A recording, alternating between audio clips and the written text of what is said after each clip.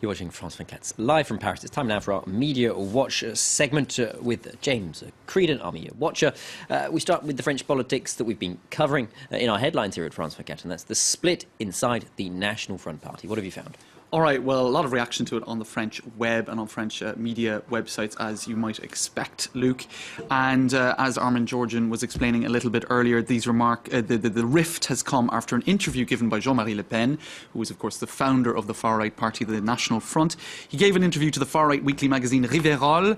He described Manuel Valls, who is of Spanish origin, as an immigrant, and adding indignantly that he has lived in France for 30 years. I've lived in France for 1,000 years. Now, he might be old, but I don't think he's quite that old. But we're getting the whole drift here about, you know, genes, He didn't really hold link. back, did he? No, he didn't. And he even went so far as to defend remarks made recently about the Holocaust being a mere detail of the Second World War. In any case, he went too far, even for the leadership of the far-right party, who his daughter being, of course, the leader, and she has broken with him, essentially, and said that she will oppose him in regional elections due in December following his latest inflammatory comments, and he might even be taken out of the role of honorary president of the party. Now, just to give you a sense of how this is the reactions online, you can see there a moment of tenderness that you probably wouldn't be seeing today, Luke, if you were to witness the two together. And it's been called a political divorce. That headline is coming back again and again and again. There's this cartoon which I thought was quite, well, I'm not sure if it's funny, but, you know, it's in, you know, the kind of humour we're seeing. Clash in the Le Pen household. I told you only to say this stuff within the family, within a family situation. In other words, what they're suggesting there is that Marine Le Pen might secretly agree with these ideas, but that publicly you don't say this sort of thing. It's politically not very astute. And there he is being wheeled off in a wheelbarrow towards the asylum. In any case, I think it's worth reminding viewers of the fact that this drift has been going on, or this familial rift has been going on now for quite a while. He has made controversial remarks of this nature time and time again. Marine Le Pen has been forced to publicly sort of temper what he's saying. And there was this kind of funny detail. I'm not sure if it's funny. It depends on your sense of humour. Apparently, she had a Bengal cat that was eaten by her father's Doberman at the family home west of Paris. This was a headline back in October. Some people saying that the writing was on the wall from that point on, that even their pets weren't getting on, Luke. The war inside the Le Pen household clearly reaching all levels of the domestic life. Indeed. Okay.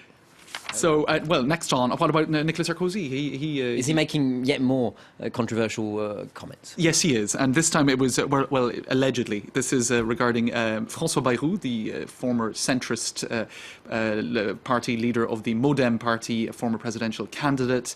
And allegedly, Nicolas Sarkozy, according to the Parisien newspaper, said that Mr. Bayrou is like AIDS. Anyone who touches it or him will catch it. Now, that, as you can imagine, it didn't go down very well with health organisations or people who might suffer from the HIV virus.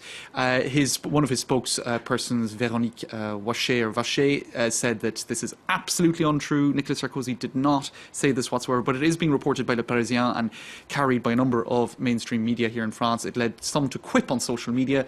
Well, Nicolas Sarkozy seems not to have put a condom on in order to protect himself from the theories of the far right. Clearly, the ever-controversial Nicolas Sarkozy. Yes. There. Moving across the channel to UK politics, and this is, of course, ahead of the general election in the United Kingdom that's coming up in the next month or so. David Cameron, the laughingstock on Twitter, this over eating a hot dog with a knife and fork. This is a bit like eating a slice of pizza with a knife and fork in the United States. It doesn't really help his standing. Look, it's led to lots of funny headlines. Now, I don't know what he was exactly thinking. You can see here the French press picking up on it. The hot dog scandal, they call it, l'affaire du hot dog. Man eats hot dog with knife and fork to avoid looking like an idiot, says the Huffington Post UK edition. I think they're being a bit tongue-in-cheek there.